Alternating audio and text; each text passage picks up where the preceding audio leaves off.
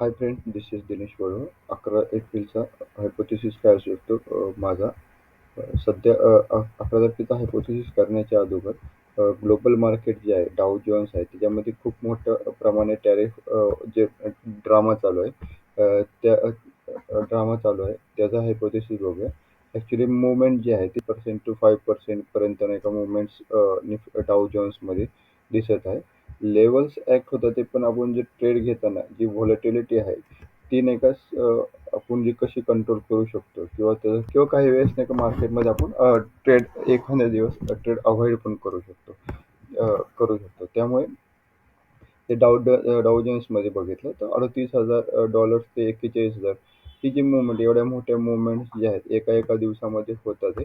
त्यामुळे जे tariff war चालू आहे, त्यामुळे खूप मोठे व्हॉलॅटिलिटी इन्क्रीज झालेली आहे. तसेच आजच्या मार्केटमध्ये जे आपल्या निफ्टी आहे त्याच्यामध्ये पण नाही का मोठ्या प्रमाणामध्ये गॅप अप्स वगैरे होऊ शकतात.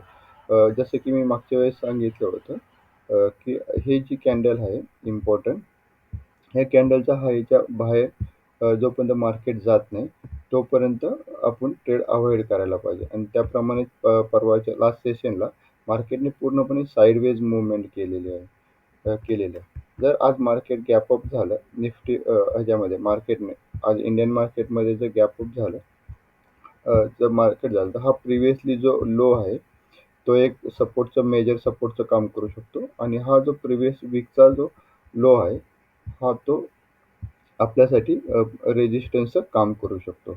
हा मेजर रेजिस्टन्स आहे. जोपर्यंत रेजिस्टन्सला किंवा सपोर्टला मार्केट जोपर्यंत मार्केट रेजिस्टन्स किंवा सपोर्टला ह्या रेजिस्टन्सला किंवा सपोर्टला काम करत येत नाही तोपर्यंत ट्रेड करण्यासाठी अव्हॉइड केलं तर खूप चांगलं होईल. कारण मार्केटमध्ये व्हॉलॅटिलिटी, ट्रम्प जे टॅरिफ्स चालू आहेत ग्लोबल मार्केटप्रमाणे, त्याचा इम्पॅक्ट पूर्णपणे ग्लोबल मार्केटवर होत आहे. त्यामुळे जर माझ्या मते जर जोपर्यंत मेजर सपोर्ट किंवा मेजर रेजिस्टन्सला मार्केट येत नाही तोपर्यंत आपण ट्रेड अव्हॉइड जरी केला तर हे खूप एक खूप चांगली गोष्ट होऊ शकते. कारण की नाही, पैसे वाचवणे हा पण एक ट्रेडच आहे. कारण की नाही, रोज रोज ट्रेड घेण्यापेक्षा मार्केटची व्हॉलॅटिलिटी जोपर्यंत आपल्या ला हे कंट्रोलमध्ये येत नाही तोपर्यंत ऑप्शन बायर्सने, ॲटलीस्ट ऑप्शन बायर्सने तरी नाही का, जोपर्यंत आपला पूर्णपणे चांगला सेटअप होत नाही तोपर्यंत आपण ट्रेड करणे अव्हॉइड करायला पाहिजे. एक्झाम्पल, आता मी जर ट्रेडचा हायपोथेसिस करायचा असेल तर मी कसा करेल? जोपर्यंत ह्या रेजिस्टन्सला मार्केट येत नाही तोपर्यंत मी ट्रेड घेण्याचा प्रयत्न पण करणार नाही. कारण की नाही, मार्केटमध्ये जी व्हॉलॅटिलिटी आहे खूप जास्त आहे. Market may be gap up होऊन नाही का रेजिस्टन्सला इथं साइडवेज होऊ शकतं. हा एक पहिला हायपोथेसिस असू शकतो. किंवा मार्केट ओपन होईल, कॅन्डलच्या वरती हायच्या वरती ओपन होईल, गॅप अप होऊन डायरेक्ट वरती जाऊ शकतो. हा एक दुसरा हायपोथेसिस असू शकतो. किंवा तिसरा हायपोथेसिस मार्केटमध्ये काय असू शकतं, मार्केट ओपन झाल्यानंतर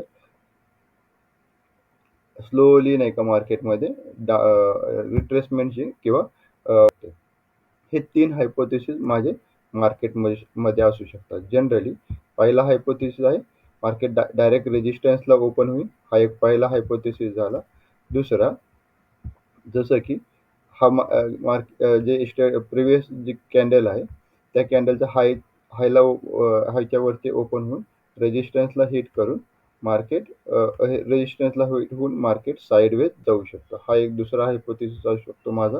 किंवा तिसरा, direct market gap up open होऊन स्लोली मार्केट रिट्रेसमेंट करू शकतो किंवा प्रॉफिट बुकिंग येऊ शकते मार्केटमध्ये.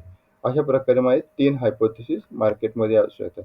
जेव्हा मार्केट गॅप अप होईल किंवा मार्केट ओपन होईल, अकॉर्डिंगली त्याप्रमाणे ह्यामधील कोणता पॅटर्न्स तयार होईल त्याप्रमाणे मी मार्केटमध्ये ॲनालिसिस करून ट्रेड घेण्याचा प्रयत्न करेन.